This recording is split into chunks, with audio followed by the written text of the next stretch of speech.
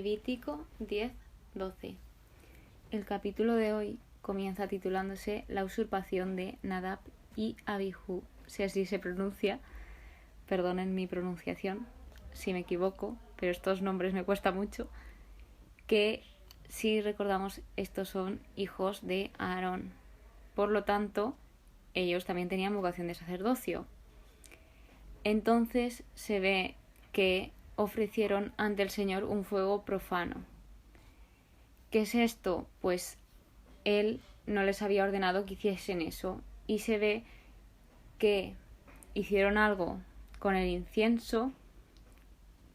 Visto anteriormente, esto no se podía hacer si no era para los fines de Dios. ¿Y qué pasa? Pues que al hacer y desobedecer las leyes de Dios, el fuego les abrasó y murieron en la presencia del Señor. Entonces, si continuamos, hay una frase que hoy he remarcado en esta parte del capítulo, y es la siguiente. Y dice así Dios: a los que se acercan a mí mostraré mi santidad, y al pueblo entero mostraré mi gloria. Los que se acercan a mí se refiere siguiendo su camino, no el que ellos mismos se ponen como hicieron estos dos, porque ellos se supone que querían acercarse a Dios, pero a su manera. Y no, Dios tiene la manera ideal para acercarnos a Él, aunque nosotros pensemos que la nuestra es ideal, pero no, tenemos que hacerlo todo según la voluntad de Dios, porque seguramente los otros caminos no nos lleven a Él. Porque ¿para qué va a querer Dios que vayamos por un camino que nos lleve a algo malo o que no dé fruto? Pues más o menos va por ahí. Sí que es verdad que aquí se dice tal cual ira divina, y yo pues he buscado, aunque básicamente por las dos palabras te puedes hacer una idea de lo que es. Y esta es santa y justificada, que la diferencia de la del hombre es que la ira del hombre no está justificada, pero la de Dios sí. Y esta ira viene porque después de un rechazo de Dios ante el mal, no viene por venir de ahora me apetece ir en contra de vosotros, no. Viene porque Dios rechaza todos los males. Y continuando con el capítulo, habla de los deberes de los sacerdotes. Por lo tanto, aquí ya ha pasado lo de los hijos de Aarón. Aarón se entera y Moisés le dice que entren a la tienda del encuentro y no deberán beber vino ni bebida embriagante. Y yo sí que he querido buscar más sobre esto porque me interesa saberlo, y es porque, claro, Dios quiere que nos entreguemos a Él completamente, y lo que hace emborracharse, el alcohol, etcétera. Primero, el alcohol es depresivo. Luego, la mente está nublada, no puedes pensar con claridad, porque obviamente estás un poco inconsciente. Depende también de lo que tomes, pero ya empieza a nublarse el asunto. Y, como ya he dicho, inhabilita a darse enteramente a Dios. Por lo tanto, esto se hace también para saber distinguir entre, el entrar en la tienda y no beber es para saber distinguir entre lo sagrado y lo profano, lo puro y lo impuro, y también que puedan enseñar los preceptos de Dios. Por lo tanto, pues volvieron a hacer lo que debían hacer, tal cual se dijo Dios, los sacrificios, holocaustos, y ellos comieron la parte que les pertenece, o ofrecieron la parte que les pertenece, y pues Moisés se puso a buscar al macho cabrío que debían ofrecer en el sacrificio del perdón, si no me equivoco, y resultó ser quemado y ya está. Aquí, ¿qué pasa? Yo no entendía muy bien al final de este capítulo, porque al final acaba como diciendo, como con una discusión por esto con Moisés y Aarón, pero se ve que Aarón no comió del sacrificio del holocausto porque estaba ayunando por la muerte de sus hijos. Entonces se ve que Moisés se contentó por la respuesta que dio Aarón a esto, porque se ve que lo correcto también era esto, por perder a sus hijos. Entonces, ¿qué podemos sacar de este capítulo? Que la desviación de las normas que nos da Dios nos da un castigo duro. Luego, también algo que ponía en mi Biblia y que he querido remarcar para que me quedase también más claro, es que lo que deben hacer y lo que deben ser los ministros del Señor son santos y consagrados y deben distinguir, como he dicho antes, lo santo de lo profano, lo puro de lo impuro, esto evitando contaminación y practicando fielmente todo lo mandado del Señor. Esto es muy importante porque, pues, obviamente somos hombres, nos equivocamos y aquí pone claramente que si vas a ejercer de este cargo, pues comprométete, más o menos, o eso he entendido yo. Luego ya pasamos a la tercera parte de Levítico, que se titula Leyes sobre lo puro y lo impuro. En el comentario del libro ponía que eran las impurezas o que implicaban y impiden al hombre acercarse a Dios y le apartan de la comunicación con Él. Sí que más adelante, pues quiero ver, antes de yo buscar, porque obviamente si busco en internet y yo también con mis conocimientos sé lo que es puro y lo impuro, pero ¿qué es lo puro? ¿Qué es lo impuro? ¿Qué es santificarse?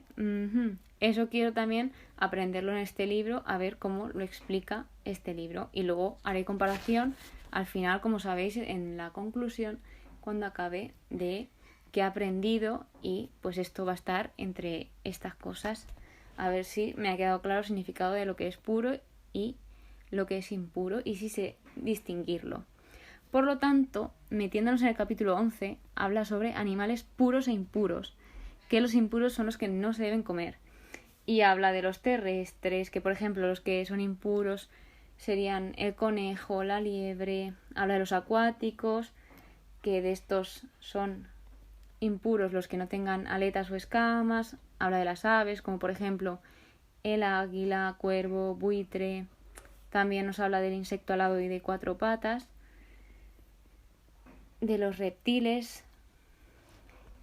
Y luego aclara que todo animal no rumiante ni de pezuña partida es impuro. También aquí me he resaltado una frase que quiero explicar cómo la he entendido, y es: si se toca todo esto, que hay que destruirlos porque son impuros, no quedan destruidos porque son impuros y como tales deben ser tratados. Que esto de hecho yo me lo puedo aplicar, ¿no?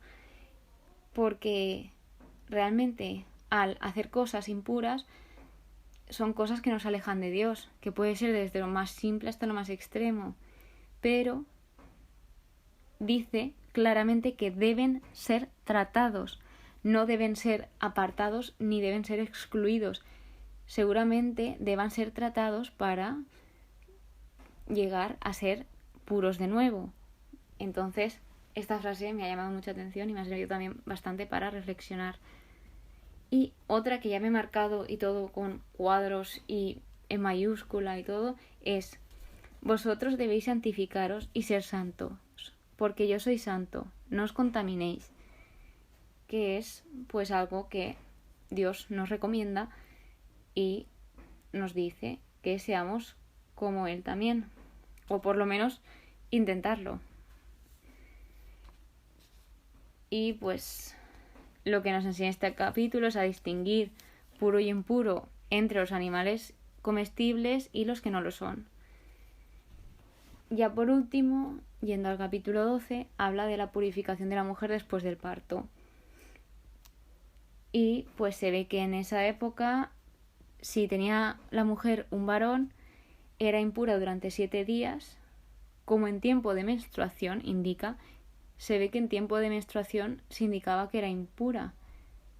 Pero de esto yo tengo que investigar porque pues me gustaría saber por qué en tiempo de menstruación era impura, que de hecho a mí eso me ha llegado información de antepasados míos, por así decirlo, de mis abuelos y tal, bueno, incluso de gente antes que se pensaba que por tener la menstruación pues se era impura o que tenía alguna enfermedad y tal, pero luego se descubrió que no. Entonces, claro, tampoco puedo hablar mucho porque aún muy por Levítico.